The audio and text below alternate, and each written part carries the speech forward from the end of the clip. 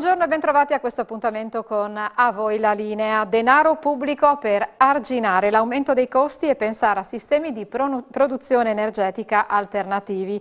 Così si è espresso il presidente della Giunta regionale del Friuli Venezia Giulia, Massimiliano Fedriga, di fronte all'impennata dei prezzi. E sull'emergenza profughi ucraini ha detto: sull'accoglienza non si discute, ma c'è un rischio sanitario. Vediamo. Non c'è dubbio che c'è un drammatico problema sui prezzi, ma anche un drammatico problema sulle forniture di materie prime, non soltanto dell'energia, che ovviamente è quella che incide su tutta la filiera economica del Paese. Su questo io penso che sia necessario intervenire su due fronti: quello dell'immediato, ovvero l'unica via possibile è quello di immissione di risorse pubbliche. Mi sembra che anche l'Europa stia capendo questa necessità per calmierare i prezzi, perché altrimenti diventerebbe sconveniente produrre, vorrebbe dire ammazzare il nostro tessuto economico e imprenditoriale. Dall'altro bisogna fare anche un ragionamento nel medio e lungo periodo, ovvero capire che è necessario fare attività al fine di rendere l'Europa autosufficiente dal punto di vista perlomeno dei beni primari e delle materie prime primarie dal punto di vista energetico, altrimenti rischiamo che il continente, l'Italia ovviamente, siano semplicemente alla mercé di paesi terzi che possono decidere quando chiudere i rubinetti e mettere in ginocchio il nostro sistema. Però è un'emergenza che riguarda adesso, forse siamo arrivati un po' impreparati a questo appuntamento, e cosa ne pensa? Quello non c'è dubbio, le politiche energetiche e diciamo del sistema produttivo del nostro paese, ma d'Europa in generale, sono state poco lungimiranti nel passato. Abbiamo fatto delocalizzare molto, abbiamo materie prime che non arrivano e quindi oggi dobbiamo saper guardare al domani, ma anche al dopodomani. Al domani quindi immissione di risorse pubbliche per calmierare i prezzi, per il dopodomani invece cambiare il sistema delle politiche di investimenti all'interno dell'Unione Europea. Presidente, c'è un'altra emergenza, c'è l'emergenza dei profughi che stanno arrivando in Europa, anche in Friuli che sta aprendo le porte. Ecco, come accogliere le strutture adeguate e soprattutto si può parlare anche di rischio sanitario? Beh, non c'è dubbio che dobbiamo avere una particolare attenzione dal punto di vista sanitario, non a caso l'organizzazione che le regioni con le strutture commissariali e le prefetture vanno in questa direzione, cioè creare dei processi per i quali, esattamente come previsto dalla circolare del Ministero della Salute, vengono garantiti i tamponi nelle prime 48 ore, offerti i vaccini, non solo quelli legati al Covid, e data anche ovviamente tutta l'assistenza sanitaria necessaria a queste popolazioni che stanno scappando da una guerra. Dall'altro lato c'è tutto il capitolo accoglienza pura, che protagoniste saranno le prefetture, con le quali abbiamo avuto un incontro ieri proprio per andare intanto a decifrare tutti gli ingressi, ovvero quelli che rimangono sul territorio regionale, quelli che invece si spostano in altre regioni, sono moltissimi, noi abbiamo molti ingressi, più di 12.000 ieri, certificati in Friuli Venezia Giulia, che però sono andati principalmente in altre regioni italiane. E quindi ogni regione, e ovviamente noi siamo in prima linea, deve organizzarsi per cercare di garantire la massima assistenza e tenere anche l'ordine degli aiuti, perché altrimenti rischiamo che anche l'enorme generosità che c'è in questo momento però non sia efficace. PNRR, servono più fondi? Servono fondi, ma io penso che sia necessario anche riguardare il PNRR. È stato scritto in un momento storico nel quale non c'era la crisi energetica, non c'era la crisi di materie prime, non c'era la guerra in Ucraina. È chiaro che le esigenze europee e italiane sono cambiate, dobbiamo avere la capacità insieme all'Europa, e penso che anche su questo sia disponibile ad aprire un dialogo, di andare a modificare le priorità che oggi ci sono nel Paese e quindi le risposte da dare al Paese stesso.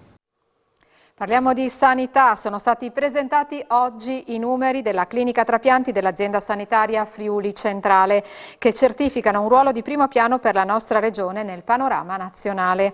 L'occasione è servita per fare il punto sulla sanità con l'assessore Riccardi. Sentiamo. Riccardi, i numeri che sono stati mostrati oggi testimoniano il fatto che se c'è stato un gap durante il periodo della pandemia è già stato recuperato con il 2021 in quanto a prevenzione e in quanto a operatività. Beh, diciamo che nonostante il Covid, mantenere dati di questo genere e riuscire comunque anche a mantenere la leadership nel Paese di questi risultati è sicuramente il frutto di un grande team di professionisti che io voglio ringraziare, ed è un frutto di un'alleanza determinante col sistema delle associazioni, ed è l'ulteriore dimostrazione come le risposte di salute non trovano soluzione soltanto all'interno delle strutture sanitarie, ma sono figlie di un percorso molto più lungo che noi dobbiamo riuscire ad estendere in tutte le patologie che le persone purtroppo possono incontrare nella loro vita. Un percorso d'eccellenza, quello sia della regione ma soprattutto di questa azienda sanitaria. Sì, diciamo che è un percorso storico, un percorso che viene riconosciuto all'interno del sistema sanitario pubblico di questa regione. È una bella pagina di una notizia positiva tra tante difficoltà che un giorno dobbiamo raccontare. Abbiamo bisogno anche di raccontare delle cose positive e rassicurare le persone che davanti a situazioni di questo genere c'è qualcuno che si occupa di loro. Passata un'emergenza, quasi passata un'emergenza, quella pandemica, adesso ce ne troviamo davanti un'altra, quella in particolare degli accoglienza dei profughi ucraini per il momento, che è anche un'emergenza sanitaria. Beh, è un'emergenza sanitaria perché inevitabilmente quando tu hai a che fare con luoghi di guerra è chiaro che devi riuscire a garantire anche delle risposte sanitarie e noi questo lo facciamo anche mettendo a disposizione dei posti letto nei nostri ospedali, ma a questo si aggiunge ancora la pandemia e il basso livello di vaccinazione che quel popolo ha e quindi noi siamo impegnati nell'attività di sorveglianza sanitaria che deve dare innanzitutto il caricamento dell'anagrafe sanitaria e oltre a questo deve riuscire a fare i tamponi e a garantire che dopo i tamponi si possa anche vaccinare le persone che tra l'altro hanno un basso livello di adesione alla vaccinazione non soltanto per il Covid, quindi è un momento impegnativo che sicuramente immaginavamo non dovesse arrivare perché stavamo lavorando a un piano di recupero importante. Io mi auguro che questo non abbia un impatto troppo forte rispetto alle attività che dobbiamo svolgere per recuperare delle risposte che purtroppo la pandemia ha rallentato e in alcuni casi addirittura fermato. In più c'è un impegno di primissima linea della regione Friuli Venezia Giulia verso i confini dell'Ucraina, da un lato la partenza dei farmaci ieri e dall'altro le squadre della protezione civile che sono pronte a partire. Sì, ieri è partito il primo carico, un valore di 1.300.000 euro di farmaci che sono arrivati non soltanto dalle aziende sanitarie del Friuli Venezia Giulia ma di molte altre regioni italiane. Oggi questo carico arriverà a destinazione ai confini con la Ucraina in Romania. I nostri tecnici, professionisti, farmacisti hanno lavorato nel corso di questi ultimi giorni senza soluzione di discontinuità, sabati, domeniche, giorni, notti per catalogare tutta questa merce, perché stiamo parlando di farmaci. È in organizzazione un nuovo carico, quindi ci sarà un'altra missione, vedremo quando, e in più stiamo aspettando gli esiti del sopralluogo che i nostri tecnici della protezione civile hanno fatto ai confini tra Ucraina e Slovacchia per l'installazione di questo centro di smistamento per i profughi che attraversando i luoghi della guerra passeranno dall'Ucraina alla Slovacchia. Questi sono i punti di maggior peso che stiamo cercando di governare nella terza emergenza di questa legislatura, ovviamente con il peso di quello che abbiamo lasciato alle spalle, però mi sento di dire che stiamo reagendo bene e questo va un grazie a tutti quelli che sono impegnati e che hanno risposto ancora una volta a quelli che sono i problemi che si presentano. Ci separiamo adesso per una breve pausa pubblicitaria e ci ritroviamo subito dopo.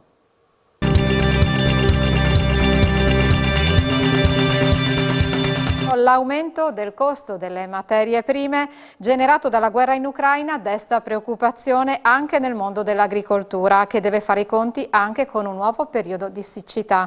Ne abbiamo parlato con il presidente di Coldiretti Udine, Gino Vendrame. Vediamo.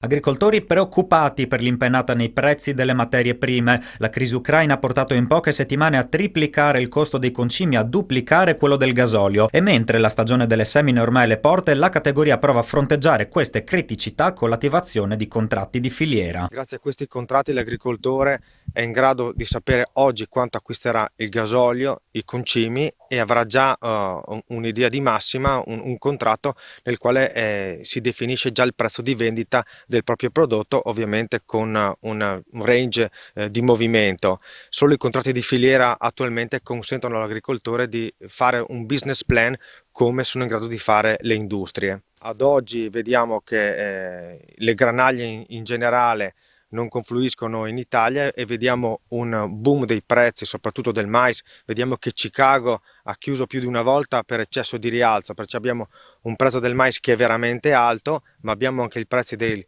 concimi, dei gasoli e tutti i costi annessi e connessi con la nostra attività che sono lievitati. Perciò attualmente c'è ancora un'economia di scala, però ovviamente l'agricoltore si trova a dover acquistare i mezzi tecnici adesso, ma il suo prodotto sarà venduto a settembre, quando sarà in raccolta. Il punto di domanda è: quanto varrà poi il prodotto dell'agricoltore a settembre? Può darsi che la pace o nuove dinamiche economiche facciano sì che questo prezzo non sia più così elevato, perciò l'economia non diventa una diseconomia per l'agricoltore. Il contratto di filiera riesce a calmierare, a mettere dei paletti su questo processo economico e perciò diciamo di mantenere un'economia all'agricoltore. A questo si aggiunge anche una situazione climatica che non è certo delle più rosee. L'inverno che sta per concludersi ha registrato finora il 40% di precipitazioni in meno rispetto alla media stagionale e all'orizzonte piogge non se ne vedono. Per i prossimi 10 giorni l'Osmer ARP ha rilevato ancora una tendenza di tempo stabile, con correnti fredde che portano con sé anche il rischio di gelate potenzialmente dannose per gli alberi da frutto. Neve in montagna ce n'è stata, ma sempre meno dell'anno precedente, e abbiamo un periodo siccitoso, le falde si sono abbassate. Il periodo irriguo non è ancora iniziato, perché parliamo appunto da maggio ad agosto inizia il periodo in cui gli agricoltori usufruiscono del servizio idrico fornito dal Consorzio di Bonifica, però attualmente le falde si sono abbassate, perciò c'è anche il problema acqua, un problema che non è secondario rispetto a quelli già citati, perché ovviamente ci sono culture come quella del mais che necessitano di più acqua, la soia e altre culture molto meno, perciò adesso l'agricoltore dovrà essere veramente abile nello stilare un bilancio culturale per questa nuova annata, mettendo anche, diciamo, considerando anche la voce dell'acqua, insomma. Dobbiamo essere in grado sempre più di poter contenere queste bombe d'acqua che sono sempre più frequenti, perciò andando a creare bacini idrici in collina, ma non solo, anche in tutte le aree che necessitano di acqua, perché non tutto il territorio della provincia di Udine è servito dal servizio di bonifica, perciò l'acqua è un qualcosa che va recuperato, che va utilizzato con parsimonia, e bisogna puntare anche nella conversione degli impianti irrigui esistenti, trasformandoli in impianti sempre più efficienti, con meno dispersione d'acqua e maggior efficientamento. Il Consorzio di Bonifica sta cercando di attingere ai fondi del PNR per andare a ristrutturare tutta una rete di impianti idrici che interessano, diciamo, da Palmanova fino al Codripese, ma un po' tutta l'area, perciò andare a convertire vecchi impianti andandoli ad ammodernare, e poi speriamo che lo Stato metta in moto degli ammortizzatori che consentano all'agricoltore di poter, diciamo, portare avanti le produzioni di quest'anno, perché questa guerra ci fa capire una cosa, che l'indipendenza di un popolo passa prima di tutto dall'indipendenza economica e alimentare. Adesso che mancano derrate alimentari, che mancano granaglie, ci accorgiamo di quanto è importante l'agricoltura e da quanto questa dipenda anche la nostra indipendenza. E poco fa è terminato in Regione Udine un incontro fra l'assessore regionale Bini e i rappresentanti delle categorie economiche e sindacali sulla crisi innescata dalla guerra in Ucraina. Tra i concetti ribaditi la riattivazione dei progetti e realizzazione di impianti per la produzione di energie rinnovabili come il fotovoltaico. È stato chiesto di riaprire i tavoli sui rigassificatori. Dal punto di vista delle materie prime, domani a San Giorgio di Nogaro arriverà l'ultima imbarcazione di brame d'acciaio dall'Ucraina. Ma colleghiamoci con Daniele Paroni, che si trova con l'assessore Bini e la vicepresidente di Confindustria Udine, Anna Mareschi. Danieli, a te la linea, Daniele. Grazie della linea, sono con l'assessore regionale Bini. Lei ha tracciato in maniera molto pulita quali sono le esigenze immediate per evitare o almeno allontanare una possibile recessione. In breve, assessore, cosa chiede? Ma insomma, quello che stiamo vivendo è un momento davvero drammatico, non solo da un punto di vista umanitario, ma anche da un punto di vista davvero economico.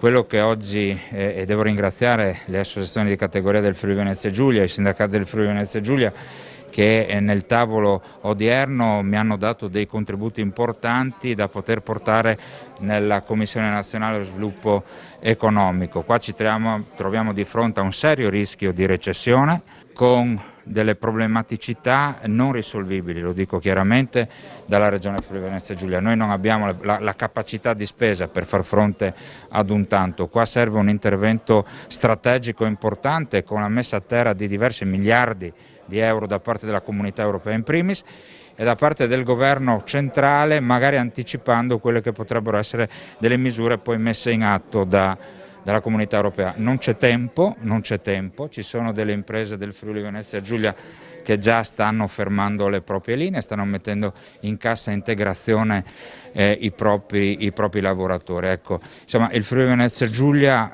c'è, noi abbiamo la fortuna, l'ho sempre sostenuto, di avere il Presidente Fedriga, che è Presidente della Conferenza delle Regioni, quindi un canale privilegiato diretto con il governo centrale, e cercheremo di portare con forza le istanze a quei tavoli affinché si possa intervenire in fretta. Ecco, ho parlato più volte di fotovoltaico e anche dalle persone che sono intervenute è venuto fuori sì, tutto bello, manca la materia prima e soprattutto bisogna sburocratizzare.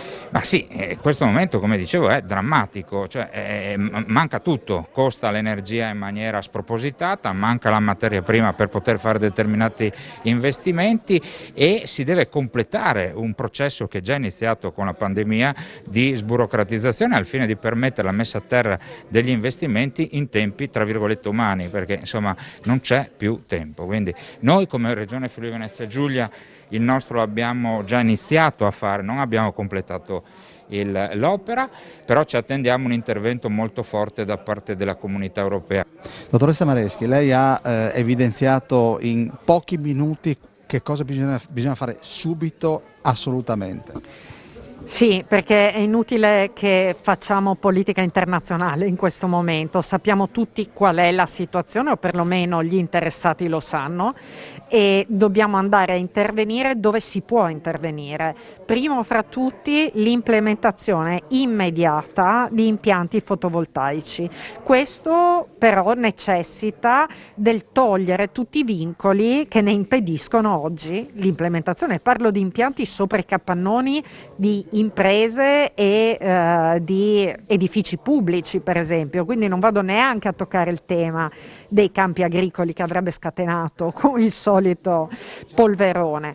Dopodiché dobbiamo rieducarci a quello che è il risparmio energetico, una cosa alla quale non siamo più abituati. Parlo dei nostri figli, non solo, anche dei comuni per esempio, perché non spegnere le luci ad orari diversi, quindi comunque in anticipo.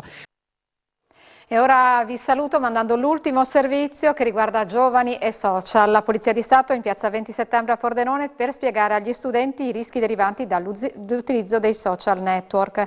A causa della pandemia e il conseguente lockdown, in Friuli Venezia Giulia si è registrato un aumento di casi di cyberbullismo. Vediamo.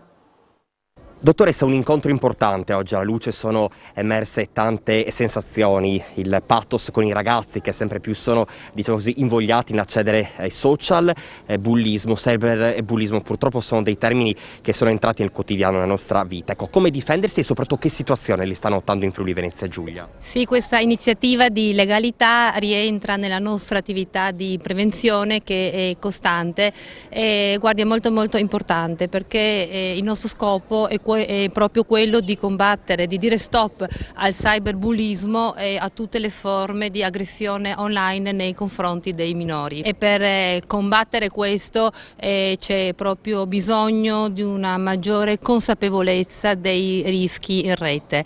I giovani d'oggi sono nati nell'era digitale, quindi hanno una buona, anzi in certi casi direi ottima conoscenza, però è importante capire e comprendere tutti i vari rischi e quindi aumentare le proprie difese. Fra i vari consigli che diamo, innanzitutto diciamo che l'anonimato non esiste assolutamente in rete, cerchiamo di sensibilizzare all'uso della parola e quindi una parola responsabile, e questo è fondamentale sia online che offline, e poi invitiamo sempre i ragazzi a parlare sempre, segnalare e se del caso denunciare i casi di aggressione nei propri confronti. Ci sono dei numeri inquietanti, soprattutto figli del lockdown? Eh sì, purtroppo durante tutto il periodo del lockdown e della pandemia la nostra vita si è trasferita in rete e quindi mentre tutti gli altri reati, i reati offline sono diminuiti, i reati online sono aumentati